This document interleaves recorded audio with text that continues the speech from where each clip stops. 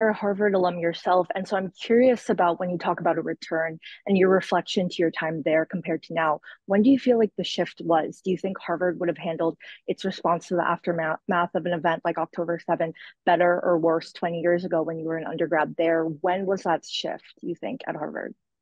That's a really good question. When I was an undergraduate, things were not nearly as bad as they are now, but there were still some signs of it, where you saw, some hints of what we're now seeing. But I think that, over the course of the last, maybe decade or so, I think you've really seen these trends reach an all-time low, and I think that there are many reasons for it. But I mean, we've been raising alarms about this for a long time now. I actually wrote a resolution at the beginning of this year that was condemning anti-Semitism on college campuses and having the U.S. House take a strong stand against that, because we were seeing, for example, in California, student groups putting into their bylaws saying that we are not going to allow a speaker to come and talk on any topic if they have favorable views towards Israel. And so we've seen this building for quite a while now, but it was really, after the events of October 7th,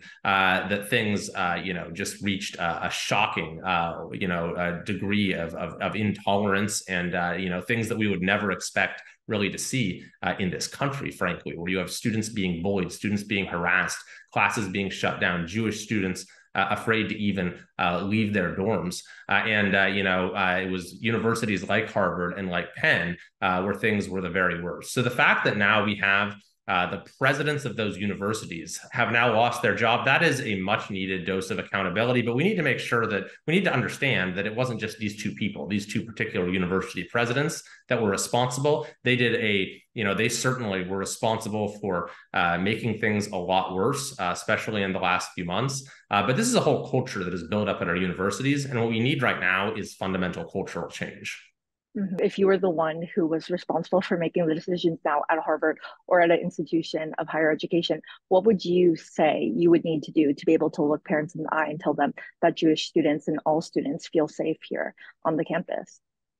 Well, I think that it's going to take, some real self-reflection on the part of the university to look at how did we allow ourselves to become an environment where such a retrograde prejudice could really take root and then, reveal itself sort of in such a shocking way following one of the most horrifying events we've seen in modern times, the attack of October 7th. And so I think that, the removal of the university president is a very good start, because now the university could say, we recognize that this is a person who did not take the safety of Jewish students on our campus with the degree of seriousness that was needed, who wouldn't even answer a question about it in a straightforward way in a congressional hearing. But I think that beyond that, the university really needs to, come out and acknowledge the forces of anti-Semitism on their campus that have,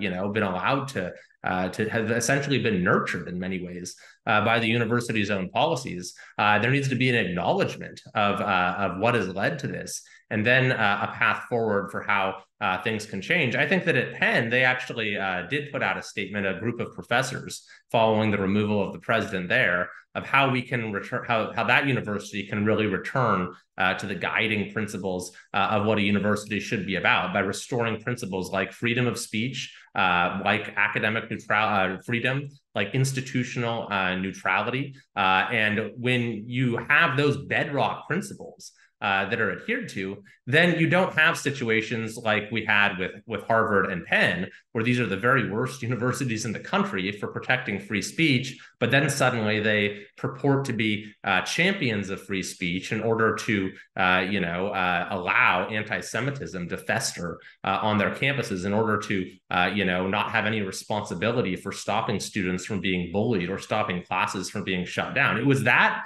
double standard, that just utter hypocrisy, that I believe really sent a signal to the forces of anti-Semitism on those campuses that then reverberated across the landscape of higher education and infected our broader culture. So if we can return to having, clear standards around these issues of freedom of speech, that what the standards are in accordance with the First Amendment, that speech will be protected, whatever the content of it might be, but then also have clear standards for when that crosses the line into bullying and harassment, which is not protected by the First Amendment, or to have standards of institutional neutrality. This was the other issue, is that President Gay refused initially to come out and condemn in clear language the attacks of October 7th, which spoke volumes when the university had made very clear statements about other past political controversies. And so it's that double standard that really, I think, has propelled the crisis of anti-Semitism on campuses. And so if we can remove that double standard and return to clear principles of academic freedom, institutional neutrality, protecting freedom of speech, and a focus on excellence as the guiding principle of our universities, then I think that's the way that we get things moving in the right direction.